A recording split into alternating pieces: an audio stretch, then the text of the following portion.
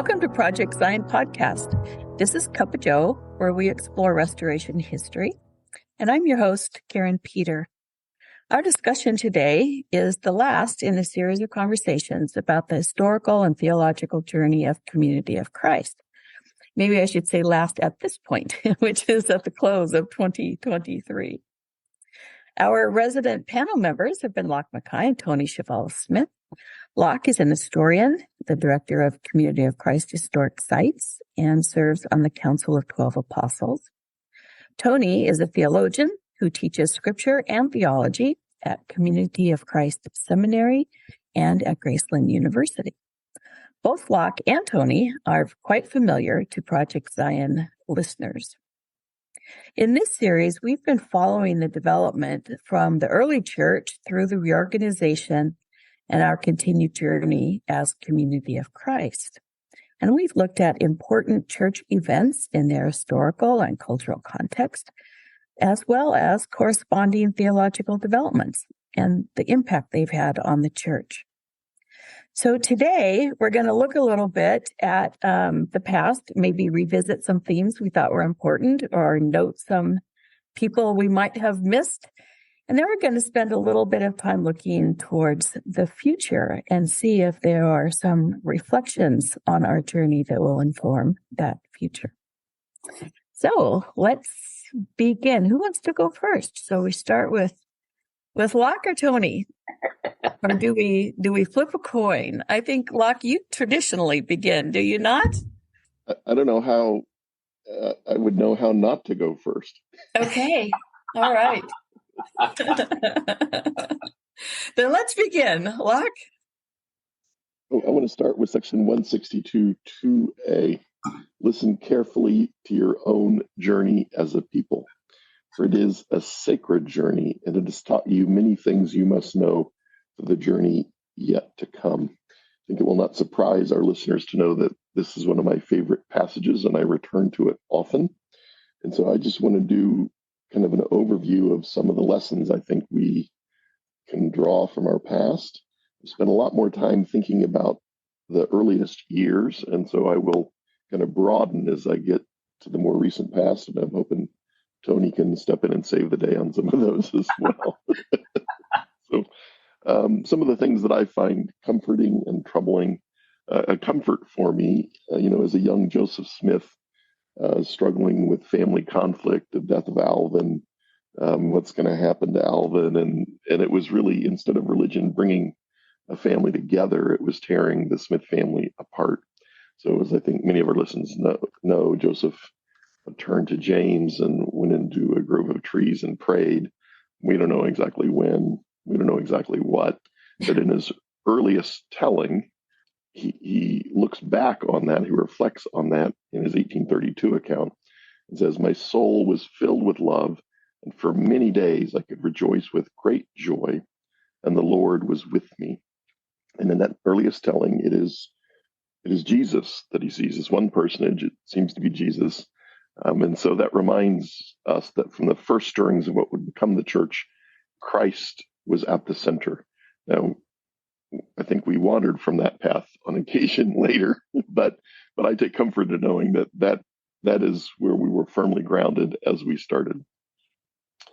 Jackson County, Missouri, and cultures in conflict, 1831 to 33. We're New Englanders. The earlier settlers are from Kentucky and Tennessee. We each thought the other group dressed funny and talked funny and acted funny. We're communitarians. They're rugged individualistic. We're hoping to convert Native Americans. They are terrified of them. We're generally opposed to slavery. They either owned or aspired to enslave people. And we knew we were God's chosen people, and they knew we were arrogant. And so because of those differences, we were violently driven from Jackson County. As a people, we have been persecuted because of the prejudices of others. And I would argue that experience leaves us with a moral obligation to be more thoughtful about our own prejudices today. Section 95 of the Doctrine and Covenants from 1833 calls on us to turn the other cheek, not once, not twice, but 3 times when assaulted. Even then, we'll be blessed if we can restrain ourselves And even then, we can only fight back if the Lord commands it. Remember, that's 1833. That reminds us that the cause of peace has called to us from the beginning. By Kirtland, 1831 to 38, the Kirtland period, we were, in many cases, a deeply impoverished people. We were described as living in an assemblage of hovels, shanties, and small houses, few of which were fit for human habitation. And Brigham Young said as they built the temple, they lived on air and water and a little hominy, little corn porridge. As a people, we have experienced the pangs of hunger. We know what it feels like. And I would argue that that means we need to be more thoughtful about the needs of the hungry in the world today. When finished, Kirtland Temple was one of the largest buildings in northern Ohio. Most meeting houses in that part of the state at the time, if you could pick them up and turn them sideways, would fit inside the temple. So it's wider than most were long. The building of that magnificent structure by an impoverished people reminds us of the power to be found in community. From Joseph Smith's prayer of dedication for the Kirtland Temple, out of our poverty we have given of our substance, which also means core or matter. That's 1836.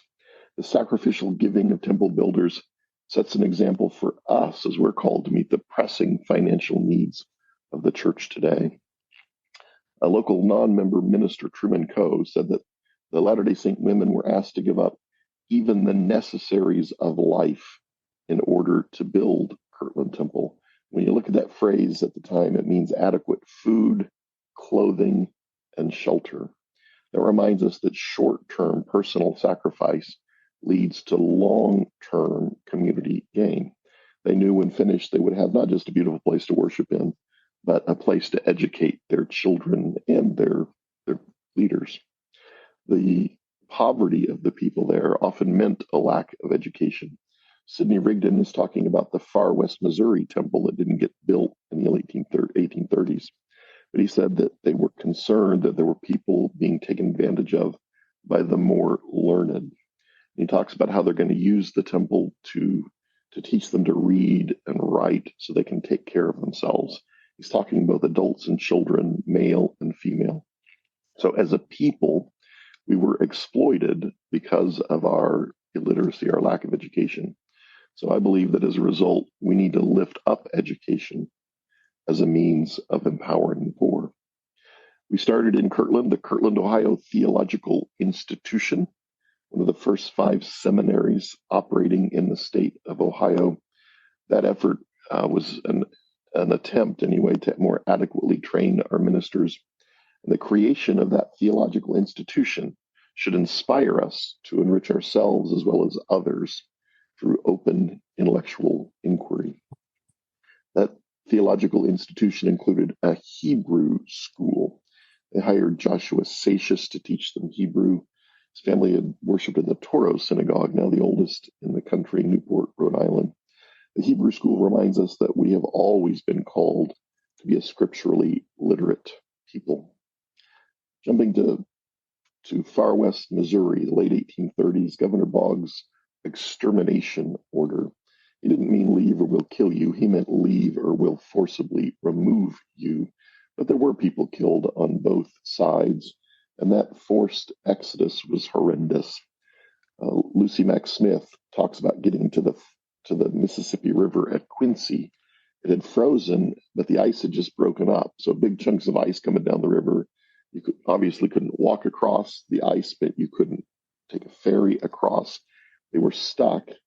They laid down, covered themselves with blankets, woke up the next morning, 6 inches of snow on top of them. And she said it was only with the utmost difficulty that they could fold the frozen blankets. We were welcomed, though, as religious and political refugees by the citizens of Quincy. Maybe 1,600 of them took in 5,000 Latter-day Saints. So we know what it's like to be refugees. I believe that means we have a moral obligation to help others in like circumstances. Nauvoo, Illinois, the 1839 to 46 period. Word reached Nauvoo one morning that a family had lost their house to a fire out in the country, church family. And a number of the male leaders of the church were standing around outside Joseph Smith's fence talking about how it was tragic and awful and sad. Joseph Smith walked by and listened for a minute, reached into his pocket, pulled out a $5 gold piece, and said, "Brethren, I'm $5 sorry for this family. How sorry are you?" Orthodoxy is not good enough, right thought, but orthopraxy, right practice, critical as well. That also reminds us that community building, again, not just right thought, but right action. The theological excesses of Nauvoo helped us recognize the critical importance of shared leadership and the delicate balance required in a theocratic democracy, a balance that we occasionally lose in the church. When Joseph Smith III first joined the reorganization in 1860, the locals here in Nauvoo were not amused. They panicked to some extent. They began passing resolutions township by township forbidding him from preaching or praying in those places. That's 1860. By 1877, almost 400 Nauvoo residents signed a petition asking us to move our headquarters to Nauvoo. So 17 years, you can't preach here, you can't pray here, to please establish your headquarters in this place. Joseph III had learned from his father's experiences that community building that focuses inward versus outward is threatening to neighbors. So he understood the importance of engaging in the communities we live in, not just in Nauvoo, but in Plano and in Lamoni and even in Independence. Fred M. Smith, in some ways a cautionary tale, he was passionate about peacemaking in his early years in leadership. That passion was later overcome by tribalism or nationalism surrounding World War I and World War II. And I saw the same thing happen with 9/11 in our more recent past. A kind of a critical cautionary tale there, among many that could be learned. Israel A. Smith taught us about the more expansive nature of the concept of Zion. Wallace B. Smith steered us back to the path of peacemaking and helped us understand the importance of equipping members with the tools of processing change. From Kirtland to Independence to Far West to Nauvoo to Plano, Lamoni, we are reminded that community building is always what we have been about from the beginning, in the middle, and at the present. Building community is simply who we are. I'm going to stop there and listen to what Tony and Karin have to say. Oh, thank you, Lach. I was making notes as you were going along, thinking these are not the ideas that most people would pull out from looking at the historical journey. And so I appreciate you holding these up for our reflection. So, Tony, do you have your superhero suit? I understand you are to save the day, Lach said, although I don't think it needs saving. No. So let's hear what you have to say from the theological perspective. So let me start by saying what Lach just did is an example, a really fine example of why in theology, we call them your hermeneutical lens, why your hermeneutical lens matters. And hermeneutics is interpretation, right? And so Lach's interpretative lens is let's look over our history through the lens of our connection to justice and community building. And when you look through that lens, you see things you wouldn't otherwise see, right? And so the discipline of history is not just about trying to recapture the past as it actually was. That's nearly impossible.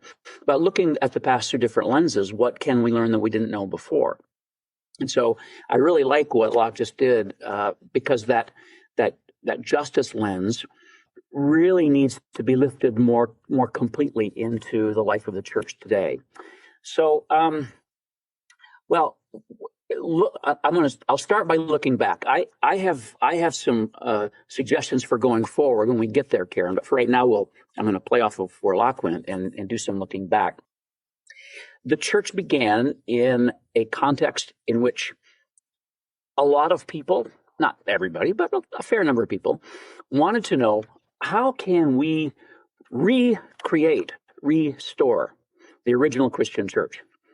Now, they knew what they knew, and they didn't know a lot about the history of Christianity, but what they knew, and so they thought, well, when I look around at other churches, what I see is not what I read in the Bible, and so on and so forth. How can we go back to the primitive Christian church and get back to the start? Now, by the way, I should note that one of my lenses is that's a fallacy called the primitivist fallacy, by which one says, or which one assumes that which is oldest is truest. I happen to think that's a problematic assumption.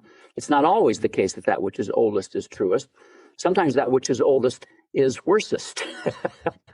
And so something is not true simply because it's old, right? And also that fallacy doesn't allow for the possibility of development, evolution, growth, change, and ongoing movement, which is simply part of the structure of the universe. And so one has to be careful with that. But now looking back, I asked the question, well, what might they have meant by restoration? What could they have meant by restoration? And for me, there's this text that comes from 1837 from Far West that church members hear me quote fairly often. And this is from the Elders' Journal. Actually, it's 1838, I think. And so Joseph writes this: the fundamental principles of our religion is the testimony of the apostles and prophets concerning Jesus Christ. Quote, and I put quotation marks on this because he's actually quoting the Apostles' Creed here, that he died, was buried, and rose again the third day and ascended into heaven, end quote. And all other things are only appendages to these. It was a moment of what I would call like great theological lucidity. And so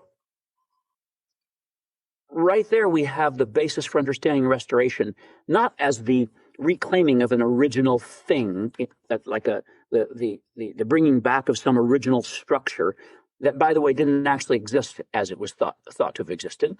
Rather, in Christian theology, restoration means always realigning with the central revelation of God in Jesus Christ, and that revelation is not optional. It's not. It may cause us to struggle, but it's not optional. That's the central thing about the Christian faith. And so right there in 1838, Joseph had a really powerful insight about what really matters. And so one can look at our ongoing history as a veering away from and a coming back, veering away, coming back, always trying to come back to the Jesus message. And at the center of the Jesus message is the kingdom of God. Your kingdom come, your will be done on earth. That's so central to our vision of as a church, even to this day. And so always coming back to that central figure, the central focus, as the letter to the Colossians calls him the icon, the image of God. That's really key to our journey. And in the 1960s, we jump ahead a little bit here. In the 1960s, church leaders very courageously said, we've got to focus on Jesus, because the international possibilities before us don't really allow us to talk about how we're different from Methodists and Lutherans. We've got to be able to reach out into a wide world, and we have to go to the one thing that matters most. And so I think that's a really important aspect. Now, the Justice Gene, the Nauvoo Expositor, June 7th, 1844. I'm going to write a paper on this someday. I'm sorry I haven't yet, but I am going to. So listeners are keyed into that. I'm going to write a paper in which I try to argue that is actually the birth of the reorganization, June 7th, 1844, when some very courageous people, a small handful of them in Nauvoo, said, we need a reformation of the church. We see what's going on. We see abuse. We see abuse of, from what they could see, abuse of new female converts. We see abuse of money. We see abuse of political power. We see abuse of religious power. And this has nothing to do with the gospel. And we've veered off. And so the church needs a reformation. So that has within it, in itself, all the power of of being a justice movement. We're not going to stand for the abuse of people, and we're not going to stand for the abuse of political power. We're not going to stand for the abuse of wealth, right? So it's going to take a while, but when you look ahead at what starts to form in the reorganization after 1860 and look at some of their basic principles, one has to wonder, did some of them remember what they read in 1844? I kind of think maybe they did. Because there are things that become central to reorganization identity that the founders of the Novo Expositor were already articulating in 1844. And so that really, to me, it's not 1860, it's 1844 where the genius of our side of the movement really starts. So those are a few things. Here's something else. We have inherited from that whole tradition what I call a theology of place. Now, theology of place is tricky because human beings tend to idolize places and turn them into false gods. I understand that. But place is the geographical equivalent to incarnation, right? As a Christian, I know that God is love only and completely and solely through the fact that Jesus Christ reveals God as love, right? And so the incarnation of God in Jesus Christ in first century Palestine, in Galilee, in a backwater province of the Roman Empire, among an oppressed minority, that has as its equivalent that place matters too. Right? And so this is why Kirtland matters to us. This is why independence matters to us. This is why Nauvoo matters to some of us. But this is also why our campgrounds matter to us. And we are stressed at present because of financial struggles everywhere to know what to do with campgrounds. But honestly, they're connected to our theology of place, and they're the best embodiment of it. And so, in my view, it's really important going forward that we try to figure out ways to keep as many as we can, because that's a marker for us. That I didn't come to know God's love just generally out anywhere. I came to know God's love in this place at this time with these people in a very concrete way. And so we inherit all that from our ancestors from 1830 on. I think that's really important. The earliest community did feel itself called to the world, but as far as they could get was pretty much England and Canada and what became French Polynesia. Right. But that instinct survived, and it took a very long time. By 1960, we were only in about 10 countries, really. But between 1960 and 1980, we nearly tripled that, right? And so the impulse to take this message of the reign of God on earth, the kingdom of God, as Jesus preached it and taught it, to other places, was deeply embedded in us from the start. That's really important to claim. We've had a kind of a problem over the years. It took a very long time to come to the realization that the image of being the one and only true church was not going to be a very helpful image going forward, and that the way it was articulated did not stand up to critical scrutiny. In the 1960s, and I hope listeners will forgive me for jumping all over the date map here, but in the 1960s, some very thoughtful and courageous people then said, we've been teaching for a long time. We are the restoration of the original New Testament church, et cetera, et cetera. Really, what does the New Testament say? And so they, with some new biblical scholarly tools, they went back and examined the New Testament and said, oh my goodness, there ain't one church there. There's many churches. And it's a moving target how it develops. There was not an original form that was created, and then it was the sort of supposed to be the eternal ideal that then was destroyed by human beings and then restored magically in 1830. That doesn't fit. All right, it doesn't work. And so it took us a very long time. And I think one of the reasons that the justice lens that has been, it could have been there, and that Lach just articulated really well, that justice lens was hard to pick up on because we were so enchanted by the one true church lens for so long. Now, I don't want to look back and say, well, they should have done this or should have done that. They like I said earlier, they knew what they knew. They had to work with what their experience and knowledge allowed them to.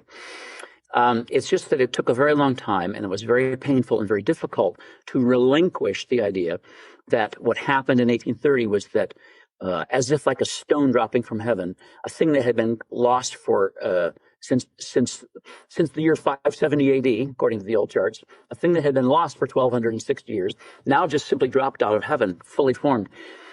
That's powerfully untrue. And so it's taken a long time to figure out, well, if that's not who we are, who are we? But we have come an incredibly long way in saying, this is an identity we can claim for today. Community of Christ, a justice-making, peace-loving church that is trying to make a difference in a radically damaged and endangered world. That's who we are. That is deeply connected. That's a red thread. You can trace that all the way back through our history. That's been there all along. We just had to learn how to change lenses about 60 years ago, and then it's taken us another 40 years after that really to get our minds around the change of those change of lenses. I want to jump back for a moment to the justice theme, and a figure that a lot of Community of Christ people don't know about, that I think is worth knowing about, is the man named John L. Lewis. John L. Lewis came from Welsh parentage, connected to Welsh miners, and his family joined the reorganization. And he belonged, as a kid, he went to an RLDS church in Iowa. And how did it happen that one of the founders of the Congress of Industrial Organizations, CIO, who also was highly involved in the United Mine Workers, who was a union organizer, a powerful, powerful figure in the labor movement in the 1920s and 30s and so on, how is it that he came out of the RLDS church? See, this is something a lot of church people don't know, that in the early 20th century, there were a lot of reorganization people who had very radical socialist politics, were very involved in the labor movement. And if you read some of Fred M. Smith's more theological radio sermons, you'll see that he was not opposed. He was actually a fan of the labor movement in many ways. And so the concern for just working conditions, for just wages, for fairness in the workplace, gracious, that's part of our tradition, and we should claim that as part of our tradition, especially today in an era when wealth in the world has been sucked into the hands of a small handful of billionaires, and working people really have to struggle all the time to make ends meet and have limited futures because of poor wages, poor health care, poor health insurance, and companies that see them as expendable, right? Look, the reorganization at one time had people involved in the labor movement because, well, why? Well, think about Zion, think about the early communitarian experiments, think about that heritage in the church and how that would play out politically in people's lives. Of course you would be concerned about the well-being of the whole. Of course you would be concerned about the well-being of workers and their wages and so on. So, in a time today when in some settings it's somewhat dangerous to say stuff like that,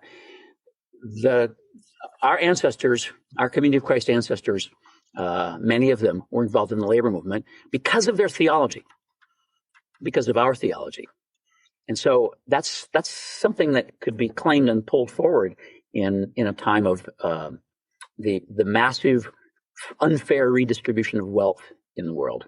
Well, and Tony, to go back to Lach's thread that he wove historically, we also have thousands and thousands of church members who came to Nauvoo out of the Welsh mining areas in the UK, where they were expendable, where they had been impoverished by wealthy mine owners. So that thread, again, as you both talked about, we deviated from that thread and come back to it and deviate and come back. Yeah, absolutely. These are some things that come to mind for me as I think about our journey theologically. It's really quite a remarkable journey in lots of ways. The 20th century theologian Karl Barth made this statement. I love quoting this statement because he says there, and it's going to be more like a paraphrase, but he says there's no such thing as a theologia perennis, a perennial or a permanent theology. There's only a theologia beatorum, a theology of wayfarers, a theology of journeyers. And our story is a living demonstration of the truth of that.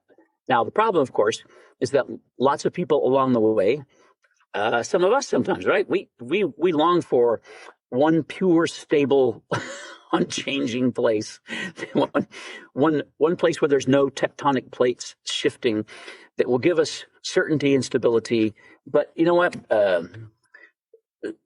Faith is not certainty, right? It's always the trust of journeyers, and so that's been our story. Change is built into the very nature of the Christian faith. One of my favorite texts, Lach quoted a favorite text earlier from the Doctrine and Covenants. I'm going to quote one from Isaiah, from the unknown prophet who's sometimes called Deutero or Second Isaiah, who says in chapter 43, "Do not remember the former things or consider the things of old. I, God, I am about to do a new thing." Now, this is not a proof text against the discipline of history. I'm just saying. This is a prophet speaking to people living in the Babylonian exile who have no sense of a future anymore. They've lost everything, and all they can do is dream about the glories of a past that will never come back. And it's a powerful prophetic message where the Lord, through this unnamed prophet, says, Stop worshiping the past. I'm the God who does new things. I'm going to make a way through the sea. Now it's interesting using the image of the Exodus from the past. I'm going to make a way from the sea. You can understand that, right? If you're these people in exile, a new Exodus. And so the God whom Communion of Christ serves is a God who does new things. But the God who does new things is a God who does new things always in alignment with his revelation in Jesus Christ. Right? So it's not an abandonment of the central revelation. It's a lifting up of and a fuller unfolding of, right? The spiral tower of the temple in Independence. It's a marvelous symbol of journey, right? The going around the endless journey around. But architecturally, you can't build that without a midpoint. There has to be a center line. It's a journey around something, not aimless wandering. And so that takes me back to 1838. The fundamental principles of our religion, Joseph said I would say are, but hey, let's not quibble grammatically here. The fundamental principles, Jesus Christ, we would say incarnate, teaching the kingdom of God, crucified, dead, buried, raised, alive in the church, alive in the world, alive through the Spirit. That's the midpoint for us. And so that's part of the way into the future. We'll journey around it. We'll depart from it, pull back to it, but that's the midpoint. And I think that's what it means to be a restoration church, a church that is always struggling and working at realigning itself to that central revelation of God in Christ. So those are some theological reflections on the journey. I have some others, which we'll see where we go as we continue the conversation.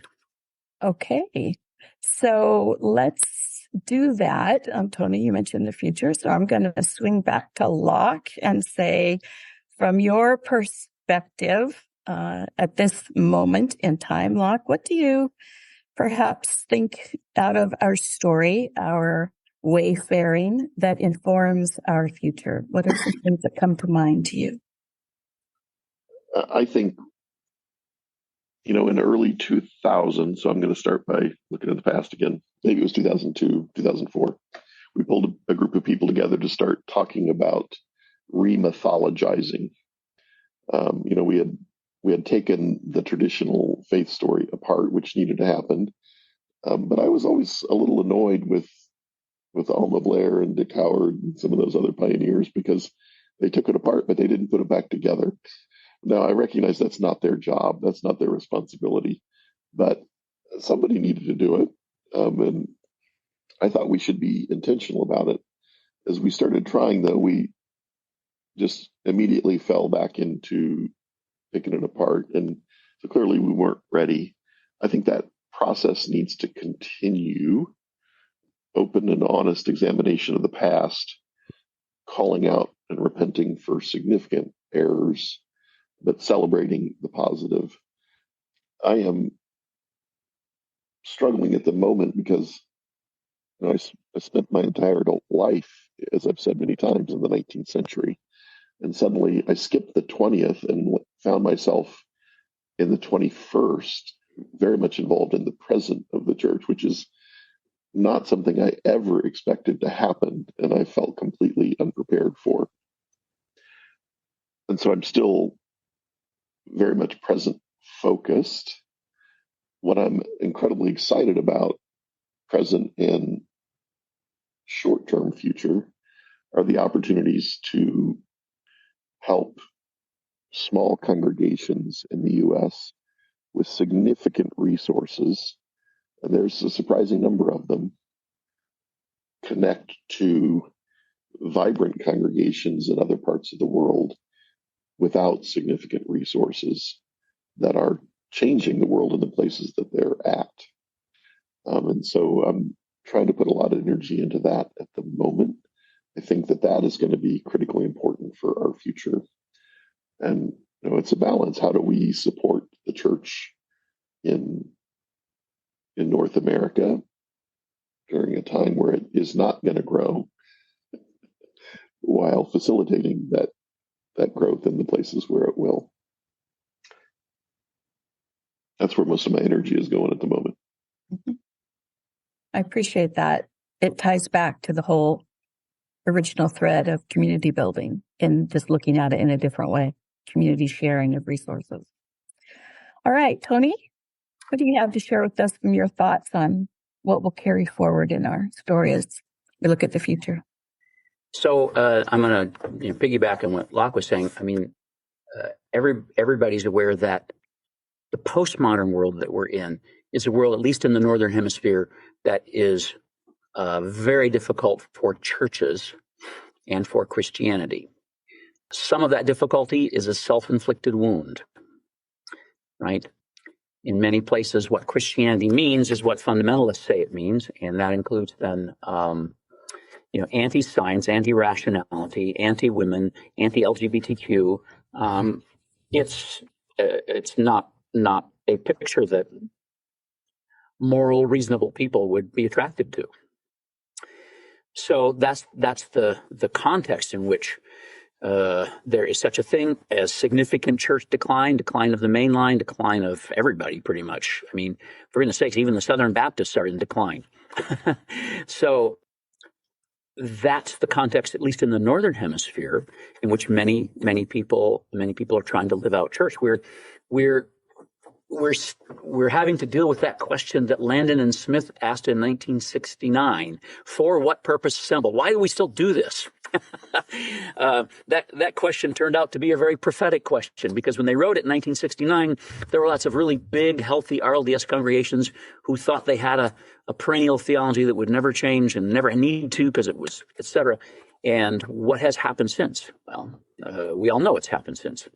So this creates a lot of stresses on the church at a time when we need to have a lot more full-time, well-paid field ministers on the ground. We have no money for it, right? And so when that's the case, what happens is that people locally are less and less exposed to the actual message and ethos of the church as it is today, and it's a cultural phenomenon. You just sort of knee-jerk back into the local de facto religion, which is typically some form of evangelicalism, and thus one can hear in Community of Christ churches sometimes stuff being said that I'm sure was gotten from the internet and that nobody checked their sources, and it's not Community of Christ theology, right? But so this is the postmodern world we're in, and we have to figure out our way through it. Related to that is, if we have a justice gene, how do we do justice how do we seek justice in environments that are politically polarized, right? So I think the good news of Jesus immediately and in a non-negotiable way commits the followers of Jesus to being anti-racist. In fact, in the Bible, there's not races. There are types of there are ethne, nations, right? There's one humanity, but racism is a construct that is created by racists to keep some people down and lift some people up. Well, we get if we're part of the majority, we get complicit in this in all sorts of ways.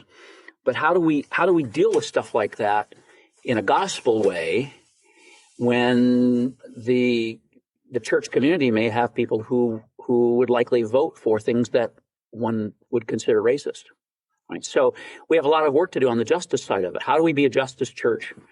At the same time, we honor unity and diversity of perspectives. We don't have one line on this, but how do we do that in a way that's credible? And that's kind of a challenge going forward. I think we have resources and tools that can help us with that, but there has to be a willingness, of course.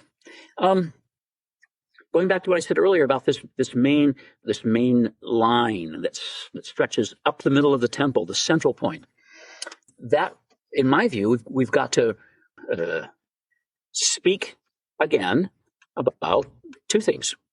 We used to talk about the Mormon boundary and the Protestant boundary, and the reorganized church was somewhere in the middle of that, right? So I think now it's the Mormon boundary and the evangelical boundary, right?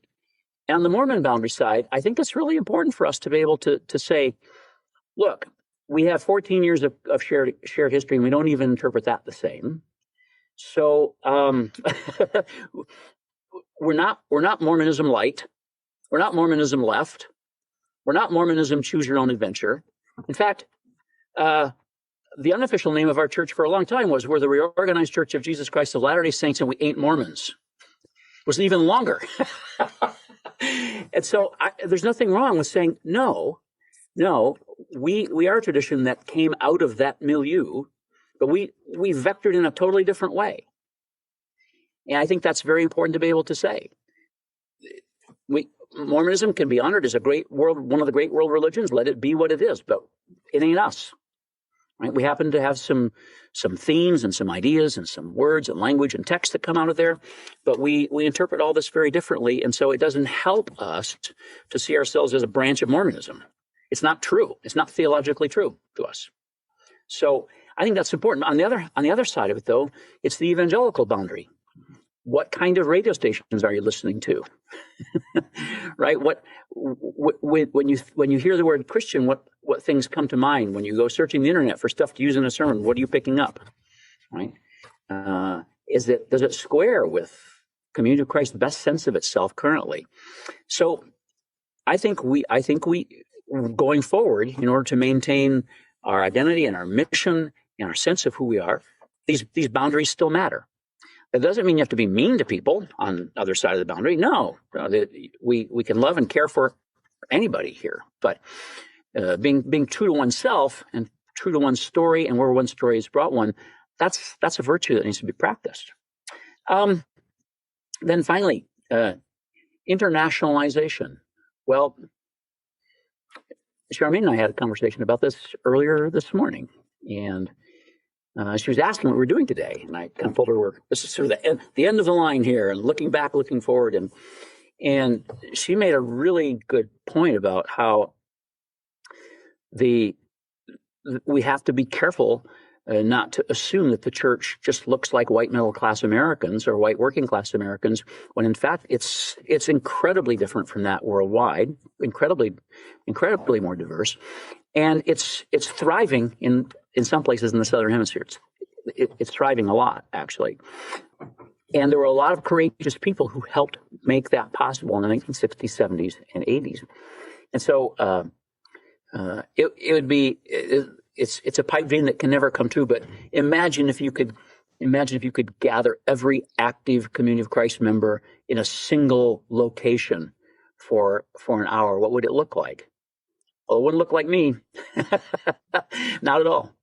And I think that's something that's really important for us to get the sense of the international cultural breadth and depth of the church, and that will have a theological impact on us as we go into the future. That's very, very important, especially in a globalized world that has shrunk, where we now know what's happening in places, and it disturbs us deeply.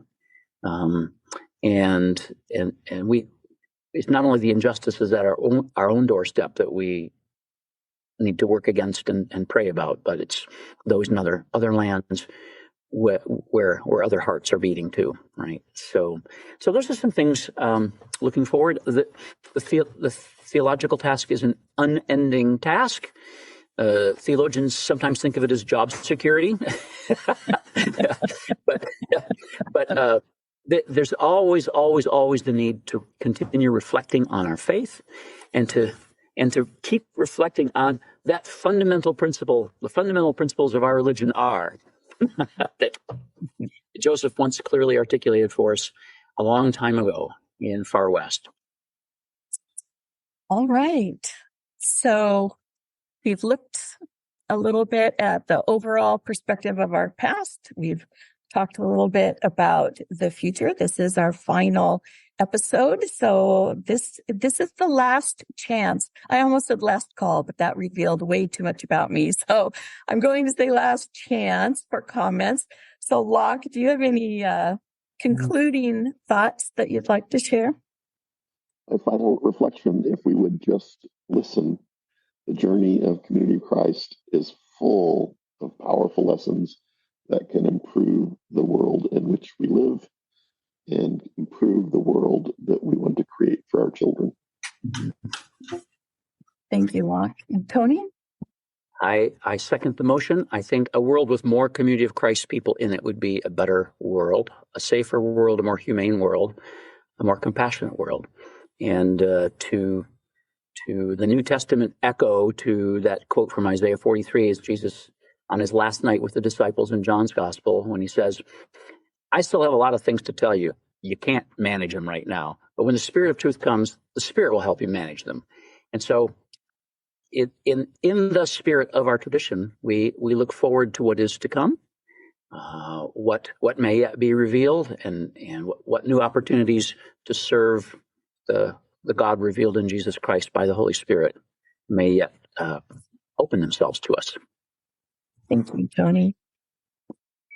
So as we bring this series to a close, as I've been making notes on the reflections that you've both shared, I would say that my takeaway from today, as well as from our entire series, is that as a Christ-centered, justice-oriented community, which are the three words that I hear used so often in our reflections, that our journey is not anywhere concluded as a people, even if our series discussing it for the point has come to an end.